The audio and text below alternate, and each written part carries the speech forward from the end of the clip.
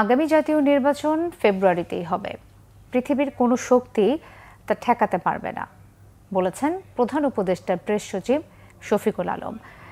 দেশের আইনশৃঙ্খলা নিয়ে প্রধান উপদেষ্টার নেতৃত্বে উচ্চ পর্যায়ের বৈঠকের পর তিনি এমন মন্তব্য করেন। বলেন, কার্যক্রম নিষিদ্ধ আওয়ামী লীগের সাম্প্রতিক ঝটিকা মিছিলের বিরুদ্ধে আইনশৃঙ্খলা বাহিনীকে কঠোর হতে নির্দেশনা দেওয়া হয়েছে। এছাড়া রাজবাড়ীর ঘটনায় ভিডিও দেখে আওয়ামী লীগের 2 জন সহ 7 জনকে গ্রেফতারের কথাও জানানো হয় ব্রিফিংয়ে। রিপোর্ট সৈয়দ আব্দুল মুহিতের।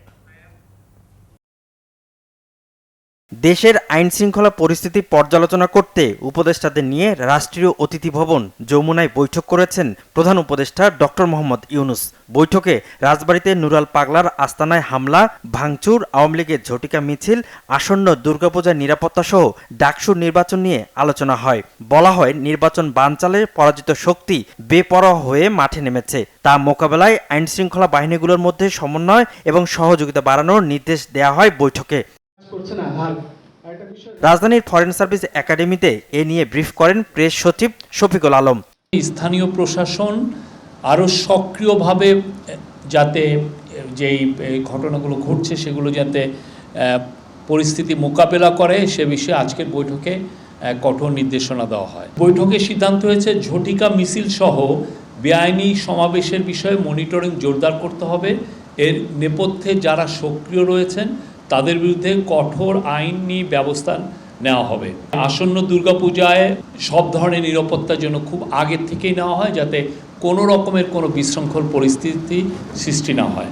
নির্বাচন নিয়ে সরকারের অবস্থানও জানান দেন প্রেস সচিব। নির্বাচন যে করেই হোক ফেব্রুয়ারির প্রথমার্ধের মধ্যে নির্বাচন হবেই। পৃথিবীর কোনো শক্তি নাই এই নির্বাচনকে ঠেকাতে পারে। নির্বাচন হবে এবং সে বিষয়ে পুরো যত ধরনের প্রস্তুতি লাগে সেই প্রস্তুতিগুলো নেওয়া হচ্ছে। সম্পর্ক উন্নয়নের পাশাপাশি নির্বাচন পর্যন্ত রাজনৈতিক দলগুলোকে জুলাই ঐক্য ধরে রাখতে আহ্বানও জানানো হয় বৈঠকে। এছাড়া ডাকসু নির্বাচন উৎসব মুখর করতে সংশ্লিষ্টদের নির্দেশও দেন প্রধান উপদেষ্টা।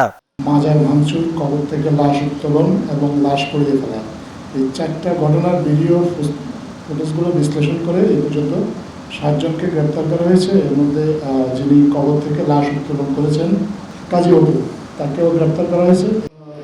সৈয়দ আব্দুল মুহিত, বাংলা ভিশন, ঢাকা। পুলিশ কি তাহলে নিরাপত্তা